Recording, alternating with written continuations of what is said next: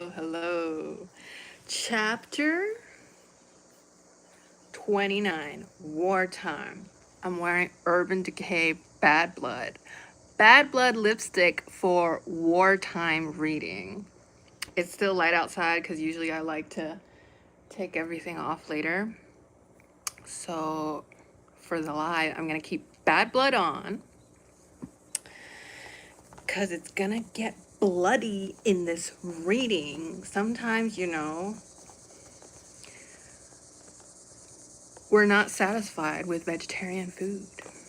Many evil people carried out devious schemes. Their actions brought on war in central Tibet between a Mongolian warlord and the Zhang ruling government.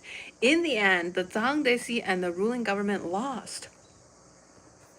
The 10th Karmapa requested the Panchen Rinpoche to arrange a meeting with the 5th Dalai Lama. So right now, the current Panchen is probably my age, so around 30s, but he's incognito. So when Tibetans get sent to prison in China, we don't hear about it till months or years later which jail they are.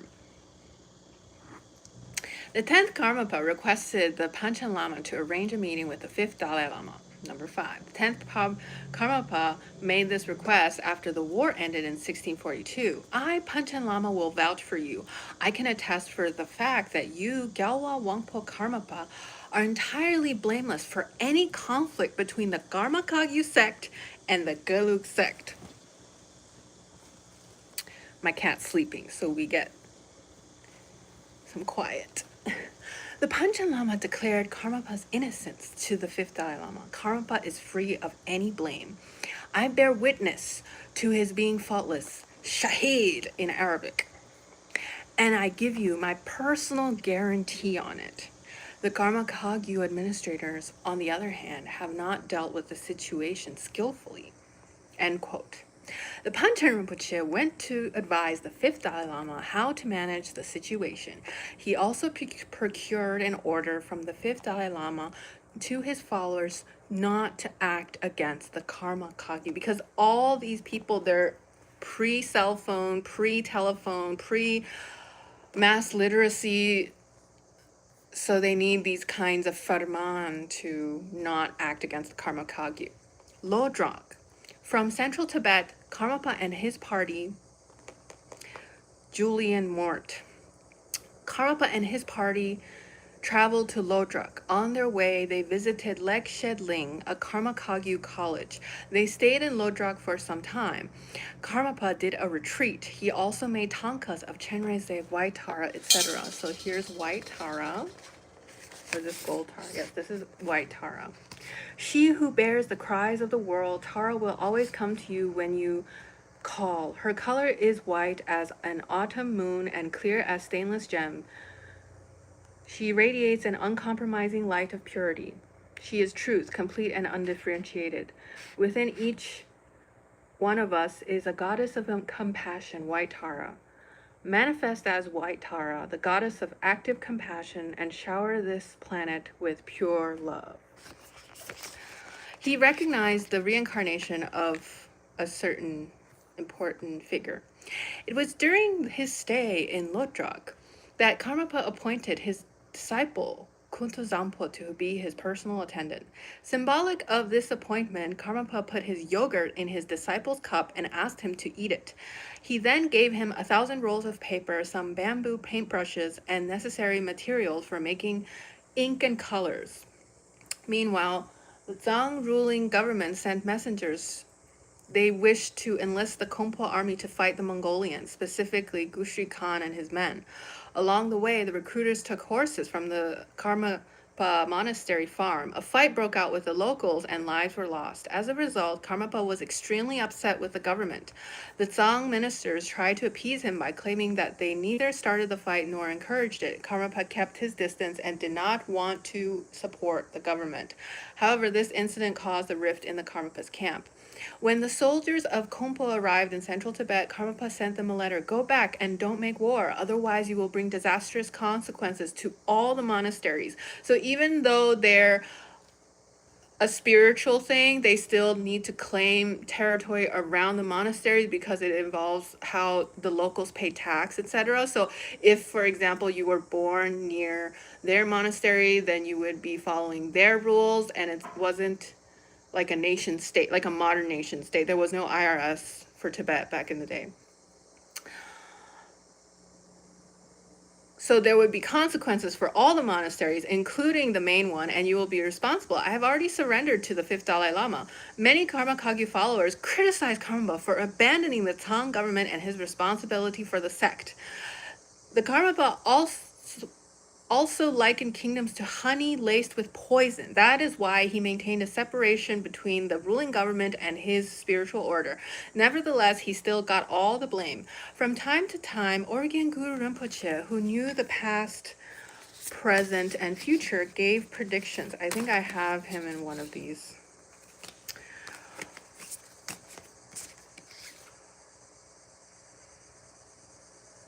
And we have a spammer in our presence. Okay, where is Guru Rinpoche?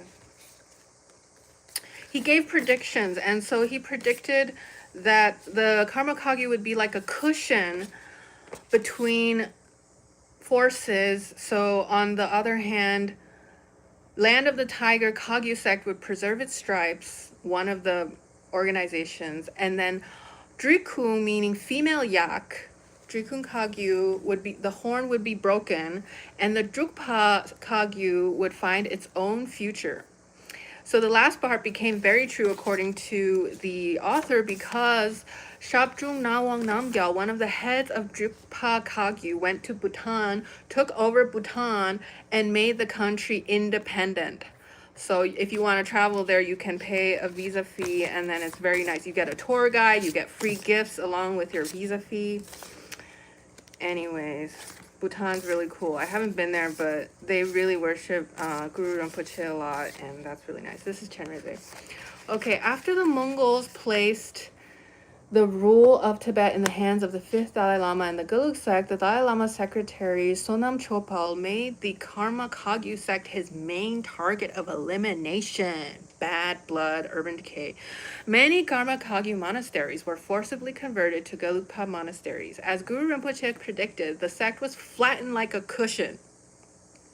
In 1618, when the Sera and Drepung allied with the Duke and fought against the Zhang ruling government, they lost. The rebel monks found refuge in one of the Taglung Kagyu monasteries because the head Jashi Paldrop sheltered them. Moreover, he persuaded the government to allow the monks to go back to their monasteries. To return this favor, the Gelu government did not attack the Taglung monasteries, so they survived the war. The Drikung followers lived in a region called Drikung. Unlike the Taglung, they did not help the Sera and Drepung monk soldiers, and so were awarded some farms by the government. For that dispensation, however, Drikung had to pay very heavy taxes. Thus, figuratively speaking, the horn of Dri, the female yak, was broken, as told by Guru Rinpoche. Drukpa Kagyu, on the other hand, did not join either side of the war. They were neither for nor against the Gelug, the yellow hat.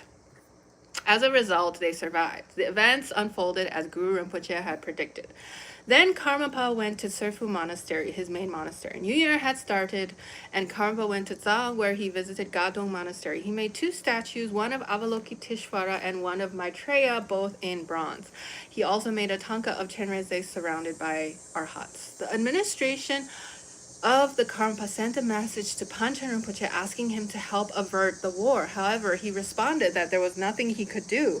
He could neither cooperate nor support the Karma Kagyu since everything was then under the control of the chief administrator Sonam Chopal and the Mongol warlord Gushri Khan.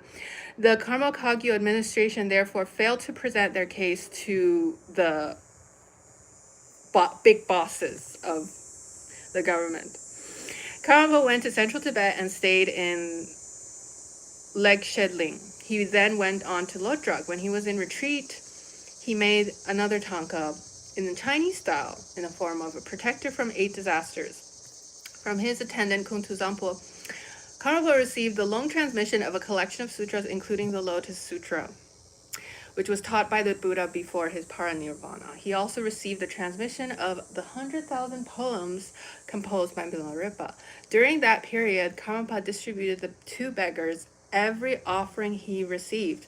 Before leaving for Kham in East Tibet, he performed a prayer ceremony with Kuntu Zampo. You have a doubt. Andakshak. Andakishak. That's an Iraqi song. Okay. On the way to Kham, Karmapa stood on a rock and recited the sutra aloud. He then declared, "We have to practice the Bodhisattva wish for sentient beings." He then meditated on the Bodhisattva wish and left his footprints on the rock. Then he wrote a letter for peace. In Water Sheep Year 1643, Karmapa went to Zangpuk. He gave the full monk's vows to Gyaltsap and Diksha Rinpoches. He gave the monk's semi-vows to the fourth Pawa, who was the reincarnation of his teacher, Pawa Rinpoche. Karmapa was 40 years old when he traveled to Kham. Sonam Chopal led Gushri Khan's army and set to capture Karmapa. Khamda is in the southeastern part of central Tibet, and they were intercepted there. Gushri Khan was also there. Sonam Chopal said to the person who intercepted them, "You must talk to Karmapa and swear that he will never do anything to the Geluk in the future." So that is the end of the chapter. Thank you guys so much. And I'll just say a bit more about this singer I heard about. So he started as a singer in a very war-torn country. And then one day, like, an organization approached him and said, "Do you want to do dirty work for us?" And then he actually agreed to do dirty work for them. And then the government of this war-torn country actually persecuted this whole collaboration for 12 years. And only last year did he turn himself in to the government. And I think he was hiding in Dubai. I'm not sure, because it's kind of murky who is doing what, and is he really on the side of the government now? But anyway, he's in jail. He was released on bail, and everyone knows about this. Hi, Emily. Everyone knows about this singer because he was famous even before he started working against the government.